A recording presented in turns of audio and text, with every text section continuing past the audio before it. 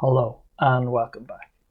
In this second video of this section, we're going to move on to hierarchical clustering approaches. Now, in contrast to k-means that we covered in our last video, the number of clusters here with hierarchical clustering does not need to be specified beforehand, and this is obviously a big plus. So there are two main kinds of hierarchical clustering you'll hear mentioned in the literature and in general approaches, so-called bottom-up and top-down. And these approaches are actually rather similar, and if you understand one, you'll pretty much understand the other. We'll focus on bottom-up, which is the more popular of the two approaches. It's typically the default one for these algorithms that we'll use, and it's the one we'll most often see, so we're going to start there. So with bottom-up, we start at the bottom, with each data point considered an initially it's a cluster on its own. So for example, here in the graphic behind me, I have 5 data points, and we're going to start at the bottom with each of these 5 points as its own initial cluster. We're going to say we've got 5 clusters, and as many clusters as we have data points. And then we're going to go up and group these things together, or merge them or link them as we go through to reveal some kind of structure in our data. So we go through in this sequential process by merging or linking these pre-existing clusters together based on their closeness or their smallest dissimilarity, if you will. So here what we'll do first is we'll group this yellow and purple into one new cluster. So overall we now have 4 clusters. We had 5 to begin with our 5 data points. We've grouped 2 together. So now we say we have 4 clusters at the current stage. We then go through and group the next 2 points, in this case the green and the brown here, and now we have 3 clusters at this step.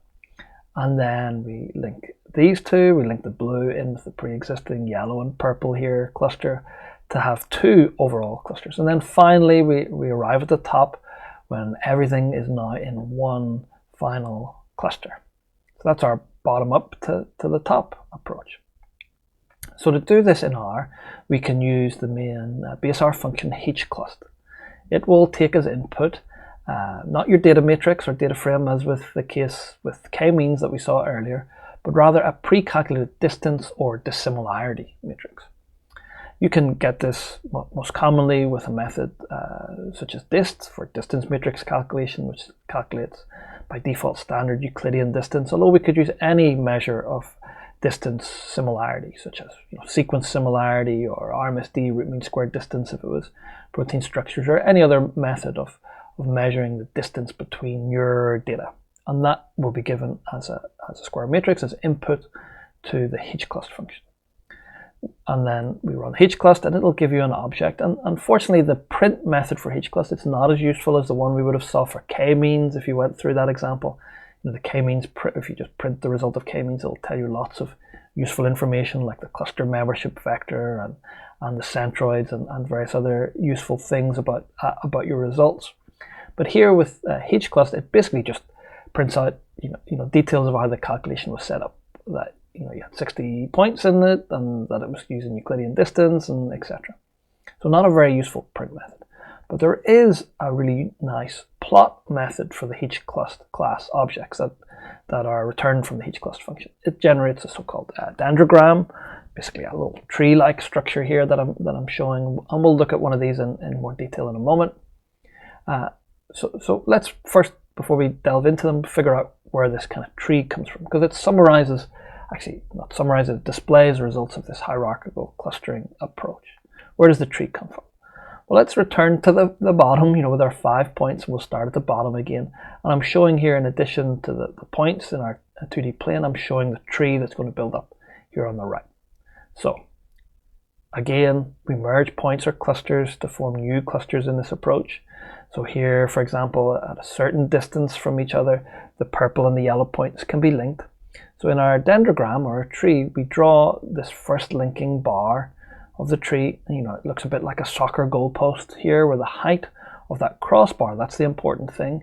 It's the height of that crossbar being the distance at which these points were linked together, which they were joined. And then we do the next merge or linkage here. So here it's the brown and the green points, and they were further from each other from those first 2 purple and yellow points. So again, the crossbar here is going to be a little higher in our dendrogram feature, and that's shown here. So it's a larger goals, if you will.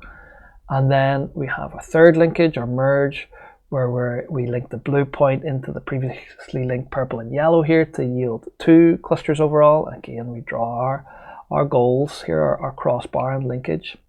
And then finally we arrive at the top where everything's in one cluster, and we draw our goals, our crossbar for this, and for our all-in-one cluster, if you will. So this yields our final clustering result and the resulting dendrogram figure. So really, it's the height of the crossbar, or the proper football goalposts that we were talking about, that we really want to pay attention to primarily with these dendrogram figures. That's the important information that's being conveyed, the relative heights of these different goals, of these crossbars. Okay, so we can draw these in R by just calling the base R plot function. And because the result of each cluster has got a class to it, plot has a method that will know what to do to plot it properly, not as a scatter plot or some other bar plot or something. It'll just plot it as a tree.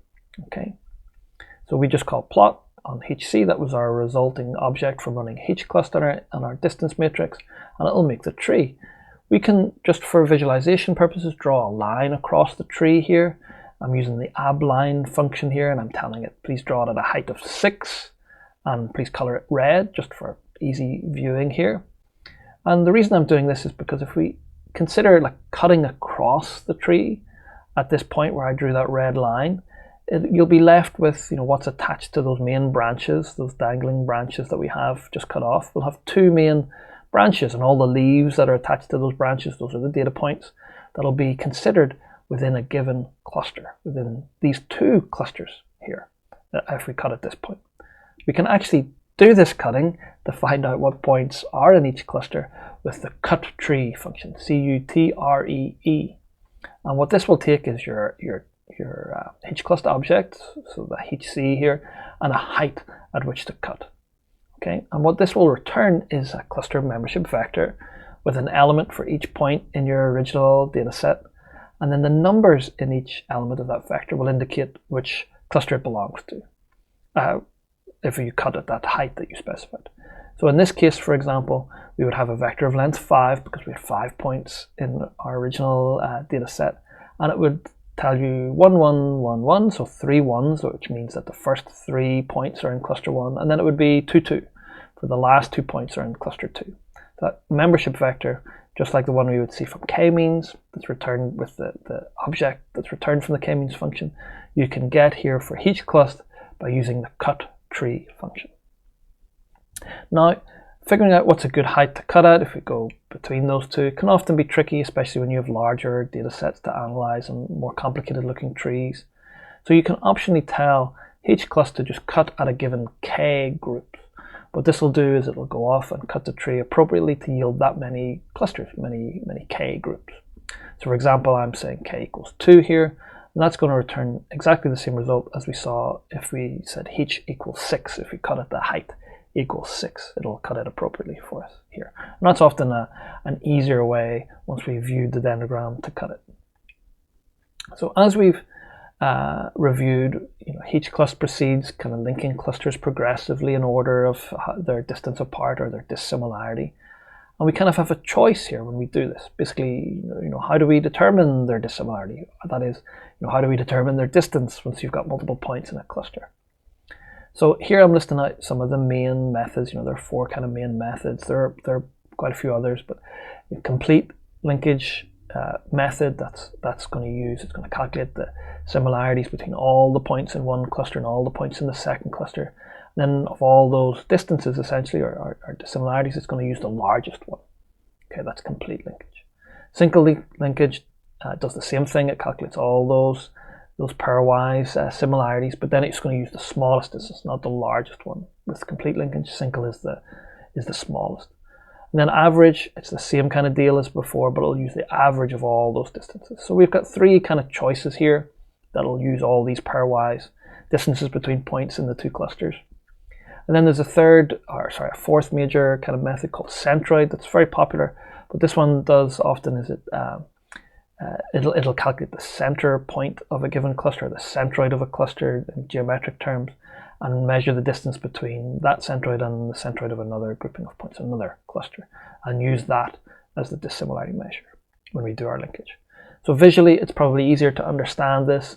Here I'm showing just 3 of them for clarity purposes. So single, it's going to take the smallest distance or dissimilarity between these points in these 2 different clusters when it goes to link them. Complete, in the middle here, will take the largest, and average is going to take the mean of all those distances here. And then centroid, what's not shown again, this is going to take the centroid point or the center point of each cluster and a distance between those.